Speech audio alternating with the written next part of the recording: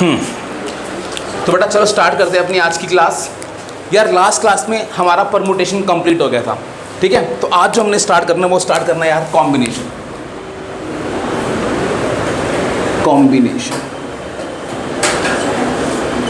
अब ना यार सबसे पहले ना एक चीज़ समझते हैं कि परमुटेशन कहाँ लगाना है और कॉम्बिनेशन कहाँ लगाना है, ठीक है। मैं एक चीज़ बताता हूँ, जहाँ पर चीज़ों को सिलेक्ट करना हो ना यार वहाँ क्या लगाना है, कॉम्बिनेशन। और जहाँ पर चीज़ों को अरेंज करना हो वहाँ क्या लगाना है, परमुटेशन। क्या बोला मैंने, जहाँ पर चीज़ों को सिलेक्ट करना है तो क्या लगेगा, कॉम्बिनेशन।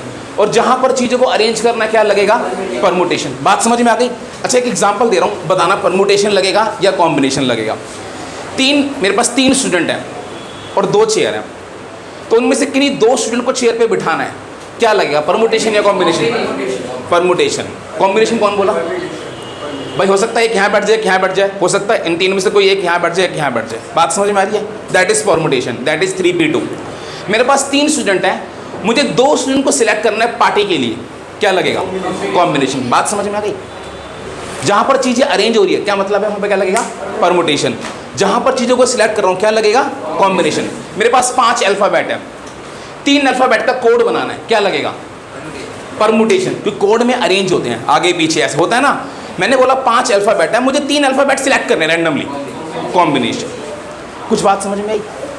जहाँ पर चीज़ों को सिलेक्ट करना हो, चीज़ों का कॉम्बिनेशन बनाना हो, चीज़ों को चूज़ करना हो, वहाँ पे क्या लगेगा, कॉम्बिनेशन। सिलेक्ट, कॉम्बिनेशन और चूज़ करना हो तो क्या लगेगा, कॉम्बिनेशन। जहाँ पर चीज़ों की अरेंजमेंट करनी है वहाँ पे क्या लगेगा, परमुटेशन। बाकी क्वेश्चन के सेंस से पता लग जाएगा परमुटेशन है या कॉम्बिनेशन है। भाई कॉम्बिनेशन का जो फॉर्मूला होता है वो होता है NCR। ये इसका बटा क्या है, फॉर्मूला NCR। इसका मतलब है अगर आपके पास n ऑब्जेक्ट्स हैं और उनमें से क्या करने हैं, R सिलेक्ट करने हैं, तो लिखो भाई टोटल नंबर ऑफ कॉम्बिनेशन, या ऐसे लिखो total number of ways is equal to total number of ways of selecting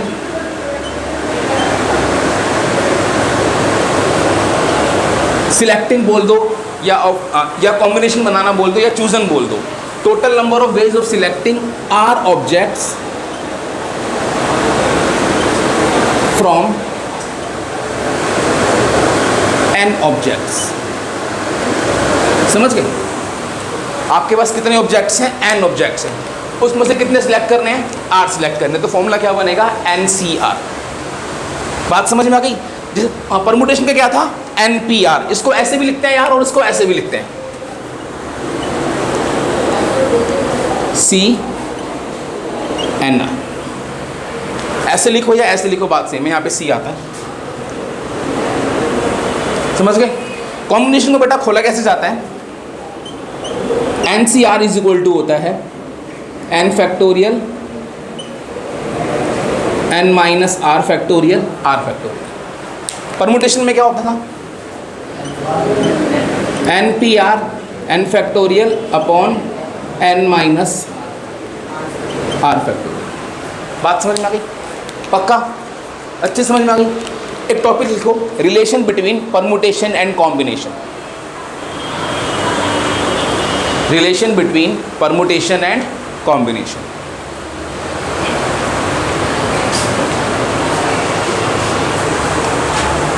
लिख लिया। अच्छा मुझे इस फॉर्मूले से ये बनाना है, कैसे बनाओगे भाई, एक काम करते हैं, मैं इसके अंदर क्या कर देता हूँ, r फैक्टोरियल से मल्टीप्लाई और r फैक्टोरियल से डिवाइड कर देता हूँ। कर दिया, तो ये क्या बन जाएगा, n factorial n minus r factorial into r factorial. ये क्या था, NPR, और ये क्या है मेरा, NCR है। पता लग गया। तो मैं कह सकता हूँ, क्या कह सकता हूँ, therefore NPR is equal to NCR into R factorial. That is the relation between permutation and combination. Multiply क्यों किया r फैक्टोरियल से, यार ये बनाने के लिए। अब इससे ये चीज़ कब बनेगी, जब यहाँ पर नीचे क्या होगा, r फैक्टोरियल। अब मैं अपने आप कुछ कर तो सकता नहीं, अगर नीचे डिवाइड कर रहा हूँ तो ऊपर भी तो करना पड़ेगा ना। समझ गए सारे, हाँ जैसे मर्जी, हाँ यहाँ से r को इधर ले जाओ, बात खत्म। तो भी तो बन जाएगा ये NPR। याद रहेगी बात। तो relation between permutation and combination क्या है? N P R equals to N C R into R factorial. समझ में आ गया? चलो एक क्वेश्चन लिखो,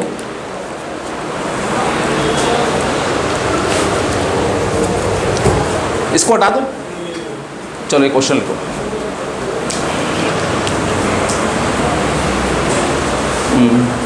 in how many ways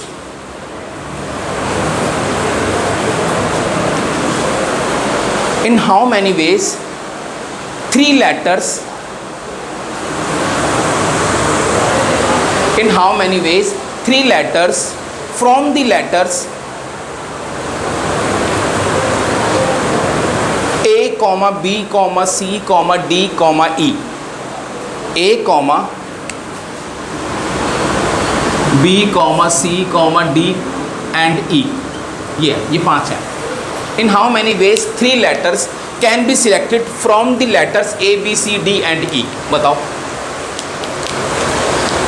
in पांचों में से तीन लेटर कितने तरीकों से सिलेक्ट कर सकता हूँ?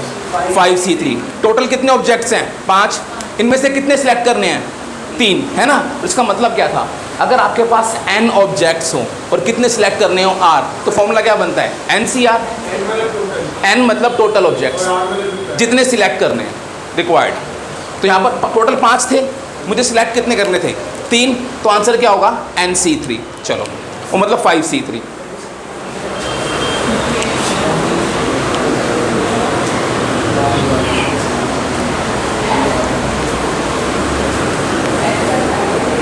यहाँ पर आपका हो जाएगा टोटल आपके पास 5 लेटर हैं, सिलेक्ट मुझे कितने करने हैं? 3। तो R की वैल्यू 3। तो total number of ways in which 3 letters are selected, ये हो जाएगा 5C3। इसको ओपन कैसे करते हैं यार?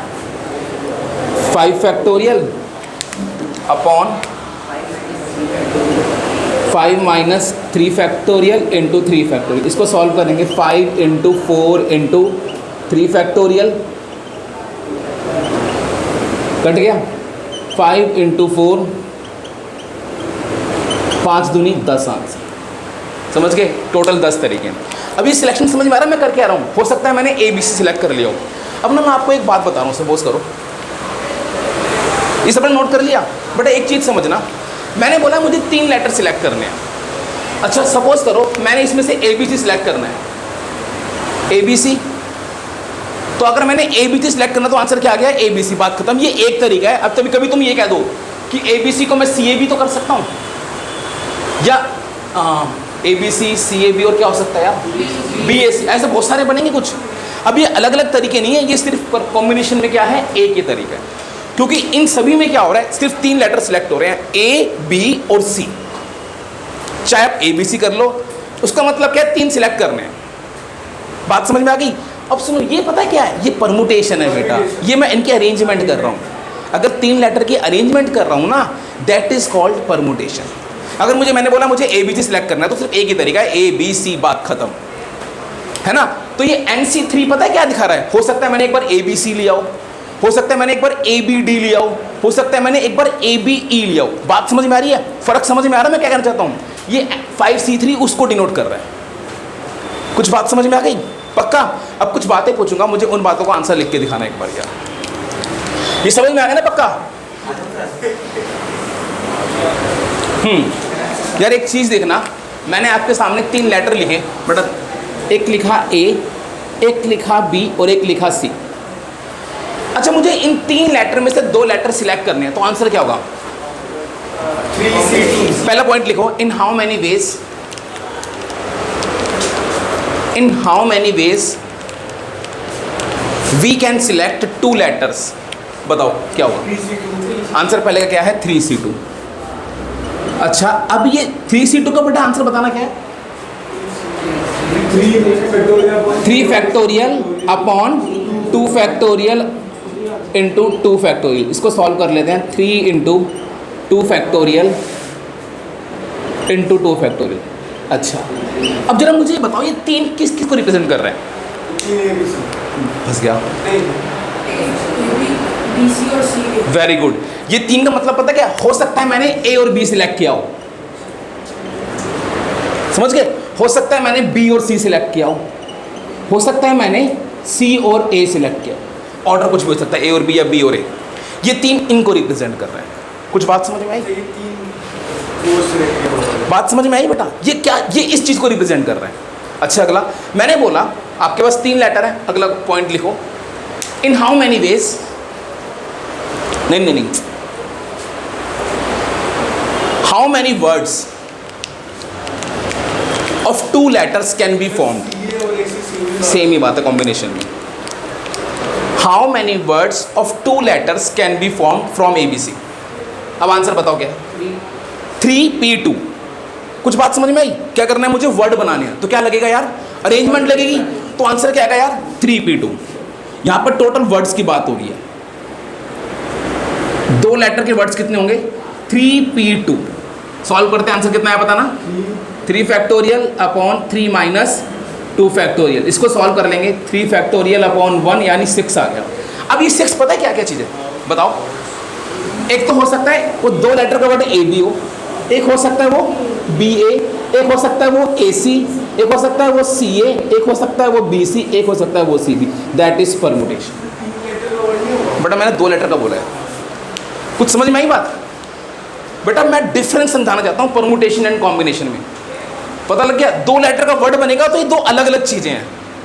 कॉम्बिनेशन में दोनों A और B हो, B और A हो, बात सेम है। क्या पता लगा? कॉम्बिनेशन में ऑर्डर मैटर नहीं करता, लेकिन परमुटेशन में ऑर्डर मैटर करता है। क्लियर? बात खत्म हो गई? बात क्लियर अच्छे से? भाई वहाँ पे तो अरेंजमेंट है, तो वहाँ पे तो ऑर्डर मैटर करेगा, कौन आगे है कौन पीछे है। यहाँ पर तो सिलेक्शन है भाई, 2 ही सिलेक्ट करना है, राम और श्याम या श्याम और राम। बात तो दोनों सिलेक्ट हो रहे हैं। फर्क समझ में आ गया? पक्का डन ना? चलो अच्छा, इसको क्या किसी और तरीके से भी कर सकते हैं? देखो मैं चाहता हूँ आप इसको मुझे कॉम्बिनेशन से करके दिखाओ। बताओ। Very good. देखो बेटा अभी सीखा भी था हमने। सुनो मैंने क्या बोला था, सुनना ध्यान से। मुझे ना एक 2 लेटर का वर्ड बनाना है इनको यूज़ करके, है ना? मुझे 2 लेटर का वर्ड बनाना है इनको यूज़ करके। तो सबसे पहले मुझे 2 लेटर सिलेक्ट करने पड़ेंगे। कर लूँ? भाई मैंने ये 2 लेटर सिलेक्ट कर लिए, 3C2। इससे हुआ क्या? मेरे पास 2 लेटर आ गए। अब मुझे वर्ड भी तो बनाना है। जब भी कभी वर्ड बनेगा तो क्या लगेगी? परमुटेशन लगेगी। मेरे हाथ में 2 लेटर हैं, 2 लेटर हैं और 2 का ही बनाना है। 2P2। कुछ समझ में आया? इसको भी सॉल्व कर लो। 3C2 इंटू 2 फैक्टोरियल, आंसर 6 ही है। बात तो सेम वही है, पहले सिलेक्ट कर लिया फिर अरेंजमेंट कर दी। ये चीज़ समझ में आई कि नहीं आई? ऐसे भी लिख सकता हूँ भाई, पहले 2 लेटर सिलेक्ट कर लिए, अब मुझे सिलेक्ट नहीं करने थे, मुझे वर्ड भी तो बनाने थे। अब वर्ड बनाने के लिए क्या करूँगा? परमुटेशन। 2P2, बात खत्म, यानी 2 फैक्टोरियल। तो मतलब ये और ये चीज़ सेम है, और अभी बताया भी था जब रिलेशन बताई थी। कुछ समझ में आया बेटा? आया? एक क्वेश्चन लिखना।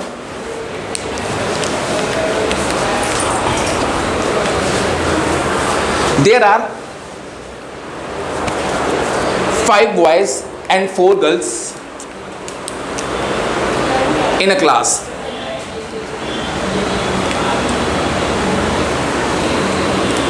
There are 5 boys and 4 girls in a class, and you have to select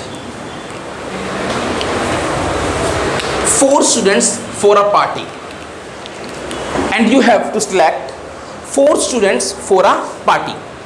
आपको पार्टी के लिए 4 बच्चे सिलेक्ट करने हैं। इन how many veg can this be done? अब कोई बोलेगा नहीं, जिससे पूछूंगा सिर्फ वही जवाब देगा। इन how many veg can this be done? कितने तरीकों से ये हो सकता है? क्वेश्चन सब पढ़ लो ध्यान से। किसी ने कुछ पूछना हो तो पूछ लो क्वेश्चन में पहले। हाँ बोल। हाँ, there are 5 boys and 4 girls. अब बस क्वेश्चन में क्या है, मैंने बोला there are 5 boys and 4 girls in the class, ठीक है। And you have to select 4 students for a party. आपको 4 बच्चे सिलेक्ट करने हैं पार्टी के लिए। क्वेश्चन सबको समझ में आ गया? पक्का? अब आंसर किस किस को आता है? 1 2 3 4 5 6। अंजलि बता। वेरी गुड, आंसर क्या है? 9C4। पहले का आंसर क्या होगा इसका? 9C4। टोटल कितने थे यार? 9। सिलेक्ट कितने करने हैं? 4। सॉल्व कर लोगे बेटा? पक्का? अब मैं कुछ कंडीशन दे रहा हूं, पहला पॉइंट लिखो।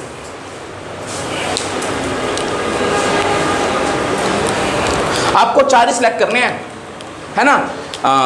But there should be 2 girls and 2 boys. There should be 2 girls and 2 boys. अब जो आपको 4 बच्चे सिलेक्ट करने हैं ना, उसमें क्या होना चाहिए? 2 लड़के और 2 लड़कियां होनी चाहिए। क्वेश्चन सारे समझ गए? पक्का? क्या? 2 लड़के और 2 लड़कियां होनी चाहिए। पक्का? सबको समझ में आ गया? चलो बताओ किस किस को आता है? 1 2 3। कुणाल बता। अच्छा वाह, कह रहा प्लस या इंटू। वेरी गुड, इंटू आएगा बेटा। भाई 2 ये भी सिलेक्ट कर रहे हैं और 2 वो भी सिलेक्ट कर रहे हैं। 2 लड़के होने चाहिए और 2 लड़कियां, दोनों काम होंगे। कोई ये तो नहीं या तो ये हो रहा है या तो ये हो रहा है। जब या तो ये होता है तो प्लस आता है ना यार। भाई 2 लड़के भी चाहिए और 2 लड़कियां भी चाहिए, तो होगा क्या? मुझे 4 सिलेक्ट करने थे और 2 लड़के होने चाहिए और 2 लड़कियां, तो आंसर क्या होगा? इंटू का मतलब इधर प्लस होता है। इंटू का मतलब प्लस होता है? इधर किसने बोला इधर प्लस होता है? बेटा फिर मैम मुझे नहीं पता, तुम्हें ग्लस होना होगा बेटा, मैम ऐसे नहीं बोल सकती। 2 लड़के होने, लड़कियां कितनी है मेरे पास? 4 गर्ल्स हैं और 5 बॉयज हैं, तो 2 लड़के चाहिए और 2 लड़कियां। तो 2 लड़के कितने मेरे पास? 5। उनमें से कोई 2 चाहिए। अब बच्चों यहाँ पर इंटू आएगा, क्योंकि 2 लड़कियां भी तो चाहिए। या तो होता कि या तो सिर्फ 2 लड़कियां चाहिए या सिर्फ 2 लड़के चाहिए, तो प्लस आता है। बात समझ में आ रही है? यहाँ पर क्या आएगा? इंटू आएगा यार। चाहिए दोनों ना, 2 लड़के भी चाहिए और 2 लड़कियां भी चाहिए। प्लस कब आता है? या तो ये हो या दोनों में से कोई एक ऑप्शन, ये दोनों होने चाहिए यार। बात समझ में आ गई? पक्का? फुल पावर, जबरदस्त। अब अगला लिखो, सेकंड। अब ये जो आपको 4 बच्चे सिलेक्ट करने हैं ना, अब सुनना, आइदर 4 आर गर्ल्स और 4 आर बॉयज। अब बोलेगा नहीं कोई। आइदर 4 आर गर्ल्स और 4 are boys. Either 4 are girls और 4 आर बॉयज। या तो चारों लड़कियां हों या चारों लड़के हों। अब जिसको आता है हाथ खड़ा करो। ओके, 1 2 3। अभी कुछ बच्चे रहते हैं भाई, क्यों?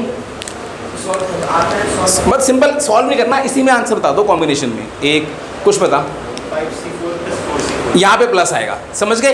या तो चारों लड़कियां या चारों लड़के। अब अगर चारों लड़के होंगे तो क्या ऑप्शन होगा? 5C4 plus 4C4। हाँ बेटा तू बोल, क्या कह रहा है? 5 भाई यहाँ पे तो 9 लगा देगा। 9 किसको रिप्रेजेंट कर रहा है? सबको। मुझे 4 लड़के चाहिए। अब तुझे कहते वो चारों लड़के ही आ रहे हैं। अब लेकिन अब तो पता है 5 लड़के हैं, उनमें चारों लड़के ही तो आएंगे। समझ गया? हाँ, 4C4, 4 लड़के और 4 लड़की, या तो चारों लड़के हों या चारों लड़कियां हों।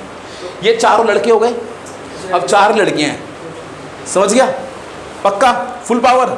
अगला बताएगा फिर? चल बता फिर। ये थर्ड लिखो point.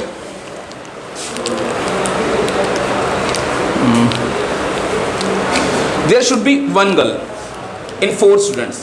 There should be 1 girl in 4 student. उन चारों में एक लड़की होनी चाहिए। हाँ, उन चारों में क्या होनी चाहिए? एक लड़की। There should be 1 girl in 4 students. अब जिसको आता है हाथ खड़ा करो। उन चारों में एक लड़की होनी चाहिए यार। ओके,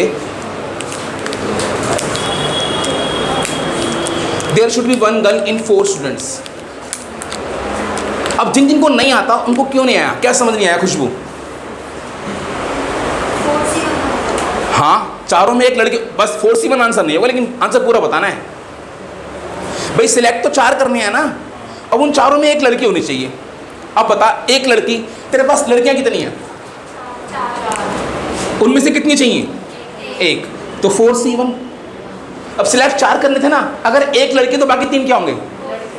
बाकी 3 तो भाई चूज तो मैंने 4 ही करने हैं। अब उन 4 में एक लड़की होनी चाहिए, एक लड़की आ गई, अब बाकी 3 क्या होंगे? लड़के लड़के कितने हैं? 5। उनमें से कितने आएंगे?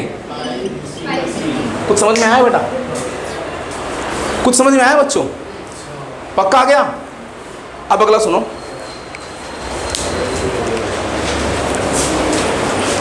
There should be at least 1 girl in 4 students. There should be at least 1 girl in 4 students. भाई उन चारों में कम से कम एक लड़की होनी चाहिए। अब सोचो कैसे होगा? यहाँ पे केस बनेंगे। बनाओ कैसे बनेंगे?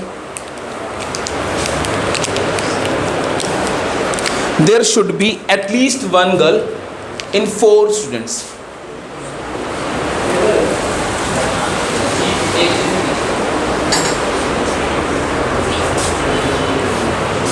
हो गया? ओके, करो करो। ओके, और किसी का?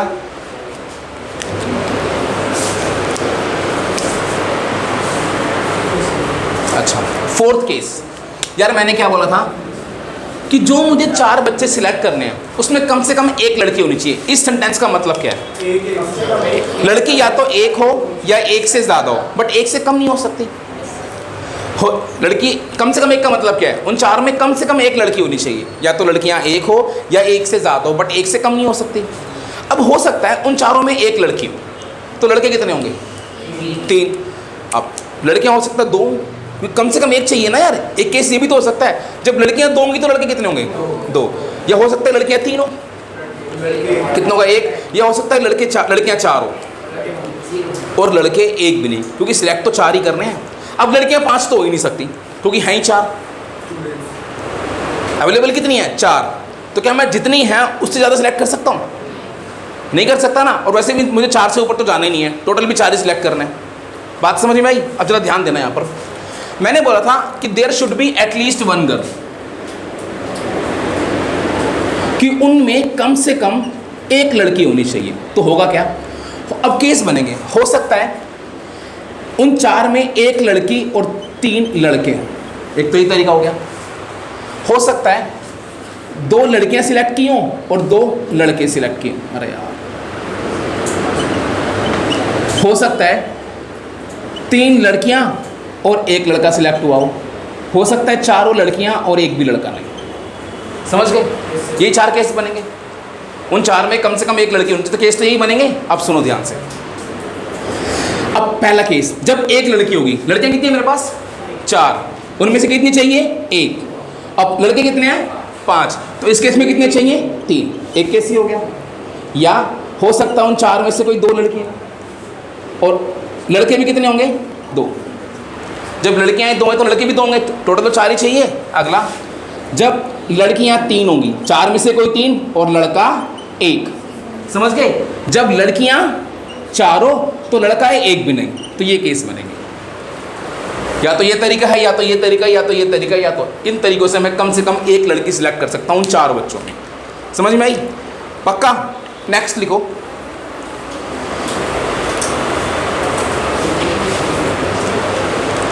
There are at most 2 girls in 4 students. There are at most 2 girls in 4 students. उन 4 बच्चों में ज़्यादा से ज़्यादा 2 लड़कियां होनी चाहिए। There are at most 2 girls in 4 students. Plus क्यों लगाया यहाँ पर? भाई मुझे या तो इस तरीके से सिलेक्ट कर ले, या इससे, या इससे, या इससे, तो प्लस ही तो आएगा। समझ गया ना? अच्छा, ओके ओके। अब उसमें ज़्यादा से ज़्यादा 2 लड़कियां होनी चाहिए। समझ गए? करो। और सिलेक्ट 4 ही करने हैं। सिलेक्ट 4 ही करने हैं और ज़्यादा से ज़्यादा 2 लड़कियां होनी चाहिए। किस किस का हो गया? रब तो सबको होना चाहिए। नेहा, तुलसी कर रही है, पीयूष कर रहे हैं, साकिब, विराट, चल कृति तू बता। ओके, अरे वेरी गुड, सही है बेटा इसका। अब पहले समझते हैं यार। देखो भाई यहाँ पर मैंने बोला था eight most 2 girls,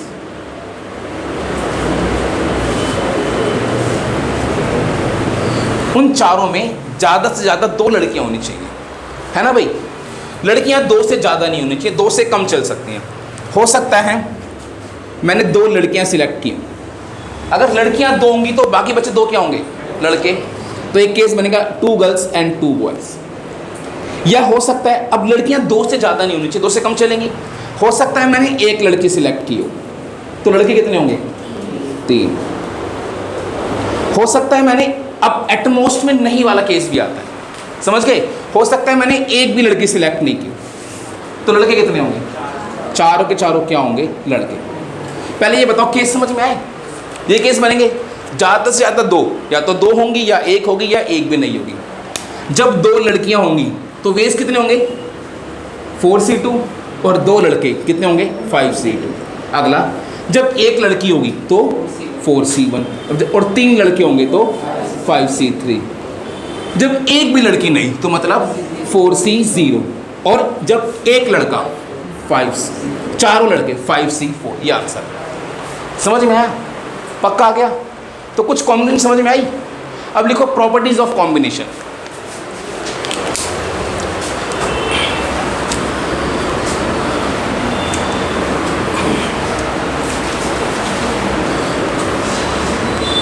properties of combination.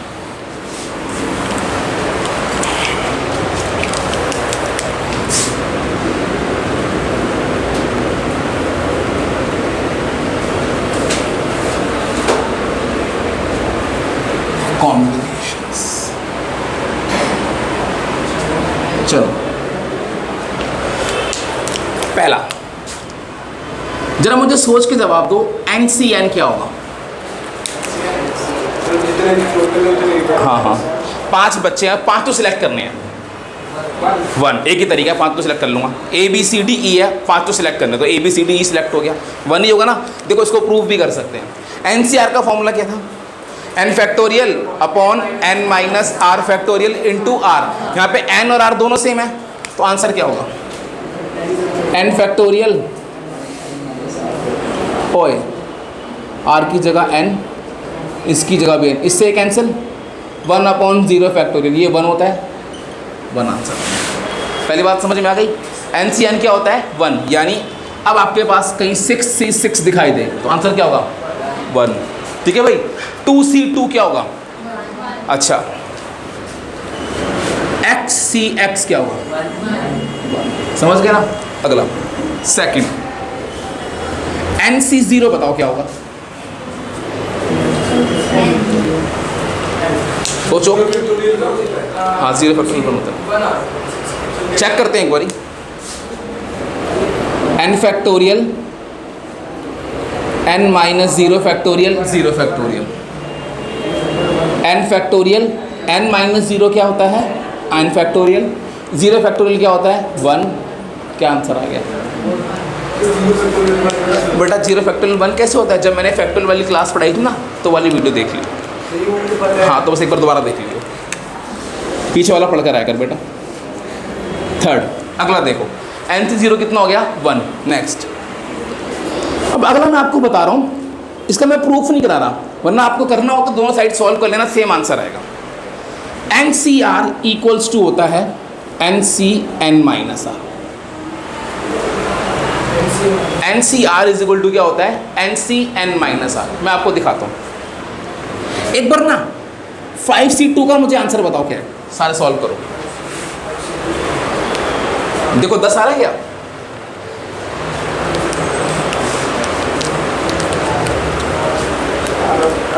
दस आ रहा है। अभी आपने सॉल्व किया है 5C2, क्या आ रहा है, 10 आ रहा है। सबका 10 आ रहा है। मैंने एक प्रॉपर्टी बताई है, NCR किसके इक्वल होता है, NCN माइनस R। तो इस हिसाब से 5C2 किसके इक्वल है, 5C5 माइनस 2, यानी 5C3। एक बार 5C3 को सॉल्व करना, 10 आ रहा है, देखना आ गया 10, समझ में आ गया। तो भाई ये प्रॉपर्टी याद करनी है, NCR इज इक्वल टू क्या होता है, NCN माइनस R। अब लगानी कैसी है वो देखो, ये कहाँ यूज़ होती है, हटाओ उसको एक बार। चलो जो सपोज करो ये आ गया 50C48 आ गया। क्या आ गया? 50C48। अब ध्यान देना, इस प्रॉपर्टी के अकॉर्डिंग 50C48 को मैं क्या लिख सकता हूं? 50C 50 माइनस 48 यानी 50C2। समझ गए? पक्का? अब डायरेक्ट लगाते हैं, डायरेक्ट लगाना सीखते हैं। 10C3, इससे पता है क्या लिख सकता हूं? 10C 10 minus 3 7। समझ गए? लगानी आ गई?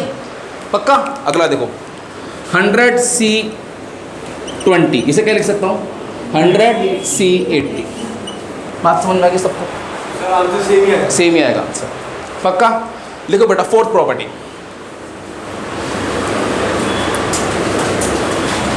प्रॉपर्टी फोर्थ ये है if NCA equals to NCB, दो कॉम्बिनेशन इक्वल है, NCA is equal to NCB, हाँ, if it implies that either A equals to B और क्या होगा? A plus B equals to N। या तो ये दोनों इक्वल होंगे या इन दोनों का सम किसके इक्वल होगा? N के। बात समझ में आ गई? जैसे मैं तुम्हें दिखाता हूँ, सपोज करो, अरे ये सिंपल इसी से बनी है, देखो ये दोनों इक्वल है, इसका और इसका सम करो, कितना आ रहा है? N ही तो आ रहा है। समझ गए? और अगर ये चीज़ होगी, ये तो इक्वल, मान लो 10C2 और 10C2 तो इक्वल है ही, ये तो वही चीज़ है कि A इक्वल्स टू B। और दूसरी क्या? या तो ये दोनों इक्वल होंगे या इनका सम कितना होगा? N होगा। जैसे क्वेश्चन लिखा मैंने 10C2 equals to 10C5 minus x। मैंने बोला x निकालो, एक नंबर में आ सकता है। अब देखो 10C2 is equal to 10C5 minus x, तो ये कब होगा? या तो 2 इक्वल्स टू 5 माइनस x हो या 2 plus 5 minus x equals to 10। या तो a इक्वल्स टू b हो या a plus b is equal to n। समझ में आ गई बात? यहाँ से x की वैल्यू निकालते हैं, कितनी आ रही है? 3। यहाँ से x की वैल्यू निकालते हैं, कितनी आ रही है? 3 आ रही है। पक्का? नहीं, 7 माइनस 10 इक्वल टू कितना हो गया? x की वैल्यू -3। ये नॉट पॉसिबल है क्योंकि x नेगेटिव नहीं हो सकता। तो आंसर क्या है? x equal to 3। तो कभी कभार हो सकता है दोनों से आंसर आ जाए, कभी कभार हो सकता है किसी एक से आंसर आए। समझ गए? एक नंबर में क्वेश्चन आता है। अभी जब भी मैं तुम्हें लिखवा इसलिए रहा हूँ, अभी इस चैप्टर में तो बहुत कम यूज़ होंगी, या आने वाले चैप्टर में ज़्यादा यूज़ होती है। बात समझ नहीं, ये बड़ा ऑब्जेक्ट्स कभी नेगेटिव हो सकते हैं फिर। तो ये है fourth property NCA is equal to NCB। और इसका मतलब क्या होता है? या तो A is equal to B हो या A plus B equals to N। Last लिखो, लास्ट है हमारी fifth.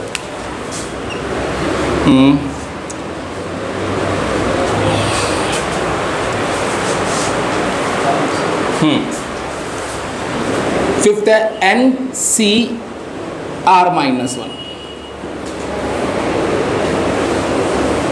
Plus NCR equals to होता है N प्लस 1 CR। अभी दिखाता हूँ, एक बार से नोट कर लो, देखो इसे अप्लाई कैसे करते हैं। 10C3 plus 10C4। अब जरा मुझे कंपेयर करके बताओ, यहाँ पर n क्या है? 10। यहाँ पे r क्या है? 4। बड़ा बड़ी वाली वैल्यू r है। बड़ी वाली वैल्यू क्या है? r। समझ गए? तो इसका आंसर क्या था? n plus 1 CR। तो इसका आंसर क्या होगा? 10 प्लस 1 यानी 11 CR। समझ गए? पक्का? अब तो मैं एक क्वेश्चन दे रहा हूँ, तुम्हें उसका आंसर निकालना है। ठीक है? क्वेश्चन है 10C2 plus 10C3 plus 11C3। बताओ क्या आंसर है इसका? एक मिनट 11C4 आएगा। लगाओ यहाँ पे।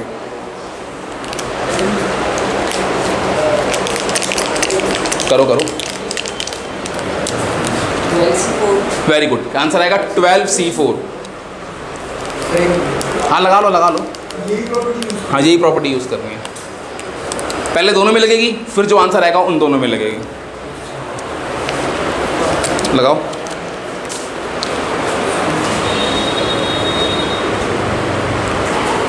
चलो हो गया। देखो भाई इसका आंसर आएगा, पहले इन दोनों में लगाते हैं। यहाँ पे n कितना है 10 और r कितना है 3, तो इसका हो जाएगा 11C3। क्या बच गया? यहाँ लग सकती है क्या? लग सकती है। यहाँ पे n कितना है और यहाँ पे r कितना है? मैच हो रहा है ना। बड़ा वाला क्या हो, ये हमेशा कॉन्जिक्यूटिव होने चाहिए। ये 3 है तो ये 4, ये 4 है तो ये 5। तो n कितना है 11 और r कितना है 4। आंसर क्या आएगा 11 + 1C4 यानी 12C4। कुछ समझ में आया? नहीं आया? चल एक बार देख खुशबू इस चीज़ को देख। NCR - 1 + NCR = n + 1CR है ना। यहाँ पे r क्या है? जो बड़ी वाली वैल्यू है, ये छोटा है ना, और ये हमेशा कॉन्जिक्यूटिव है। जैसे यहाँ पर देख 10C3 + 10C4, यहाँ पे n क्या है 10, यहाँ पे r क्या होगा 4 जो बड़ा है, और ये कॉन्जिक्यूटिव है ना। तो आंसर क्या था n + 1CR। तो 10 + 1 कितना हो गया 11, और r क्या था? अब यहाँ देख 10C2 + 10C3, आंसर क्या आएगा 11 3, r तो सेम ही रहेगा। अब अगला देख 11C3 + 11C4, अब यहाँ पे n कितना हो गया n तो 11 हो गया ना बेटा, समझ में? r कितना हो गया 4, तो आंसर क्या हुआ 11 + 1 12C4। लगाने की प्रॉपर्टी पक्का। ये 5 क्या है कॉम्बिनेशन की प्रॉपर्टीज है। ठीक है, अब जाते जाते एक क्वेश्चन है, मैं तुमसे पूछना चाहता हूँ भाई। मैंने बोला सिंपल सा क्वेश्चन है,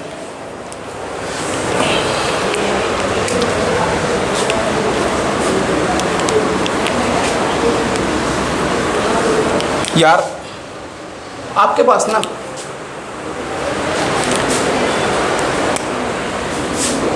टोटल 17 प्लेयर्स हैं। कितने प्लेयर्स हैं 17। इन 17 प्लेयर में से 12 तो प्लेयर बैटिंग कर सकते हैं, मतलब 12 बंदे ऐसे हैं जो बैटिंग करते हैं, और 5 बंदे ऐसे हैं जो बॉलिंग कर सकते हैं। समझ गए? एक क्वेश्चन है, इन 17 में से मुझे 11 बंदे सिलेक्ट करने हैं, क्या आंसर होगा 17C11। सबको समझ में आ गया? सिंपल 17C11 पक्का। अब जिससे पूछूंगा सिर्फ वो जवाब देना, और मेरी बेइज्जती मत कराना प्लीज़। वैसे मुझे पता होने वाली है, फिर भी कह रहा हूँ मत कराना, ठीक है भाई। 17C11 पहले का आंसर था। अगला, जो मुझे 11 प्लेयर सिलेक्ट करने हैं, जो मुझे 11 सिलेक्ट करने हैं, उसमें 4 बॉलर होने चाहिए। अब जिसको आता है आंसर हाथ खड़ा करो। 11 सिलेक्ट करने हैं ना भैया, उनमें 4 बॉलर होने चाहिए। अब बताओ किसको आता है आंसर? सिंपल 4 बॉलर एग्जैक्टली आता। जिसको है वो हाथ खड़ा करो, जिसको आता है वो हाथ खड़ा करो। 1 2 3 4 5 6, उन 17 बंदों में 4 बॉलर चाहिए मुझे। नहीं, जो 11 बंदे सिलेक्ट करने हैं उसमें 4 बॉलर होने चाहिए। अच्छा बस चल कृति, वेरी गुड भाई। यार टोटल 11 सिलेक्ट करने थे, टोटल 11 सिलेक्ट करने हैं। कितने बॉलर चाहिए यार 4। बॉलर कितने हैं मेरे पास 5। इनमें से कितने चाहिए? अबे तो नलायक को 5C4 नहीं होगा, खाली बैठो यहाँ पर। अगर 4 बॉलर आ गए, टोटल कितने करने हैं 11, बाकी बच्चे कितने 7। वो कहाँ से आएंगे? अबे क्या दिमाग है कि नहीं है भाई, या घर छोड़कर आए हो? अब अगला पता आंसर कौन देगा? अगला आंसर नेहा तू देगी। तुझे जो 11 बंदे सिलेक्ट करने हैं उनमें एक भी बॉलर नहीं होना चाहिए।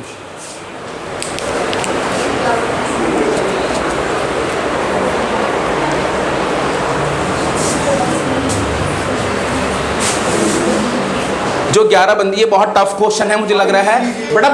बोलना नहीं है। जब तू नेहा है क्या बेटा? ये कैसी नेहा है हमारे पास? चलो नेहा बेटा, मैंने क्वेश्चन क्या बोला था ये बता। कि जो 11 बंदे सिलेक्ट करने हैं उसमें क्या होना चाहिए? एक भी बॉलर नहीं होना चाहिए।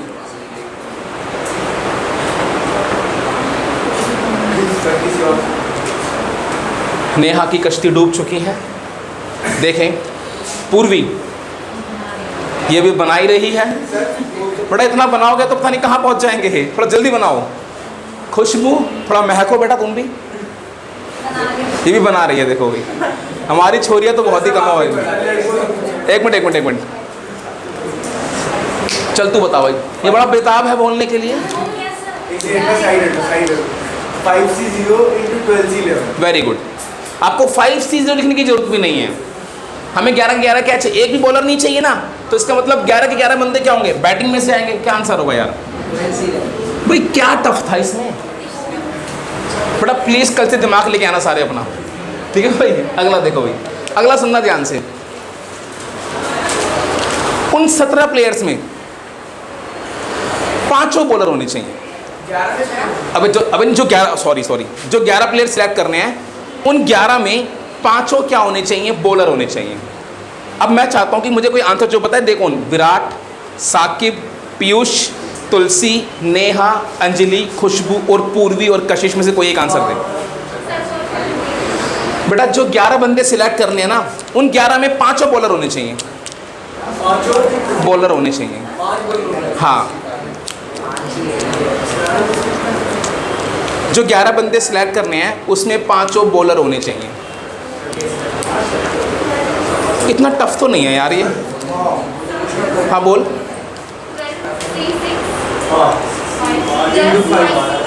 अरे हाय, इसने बिल्कुल ना एंड पे आके गलत करा है इसने। N2, very good. क्या होगा भाई? 5 क्या चाहिए? बॉलर चाहिए। मेरे पास 5 बॉलर हैं। 5C5 सिलेक्ट 11 करने हैं। 5 ये तो 5 आ गए। बाकी बचे कितने? 6। वो कहाँ से आएंगे?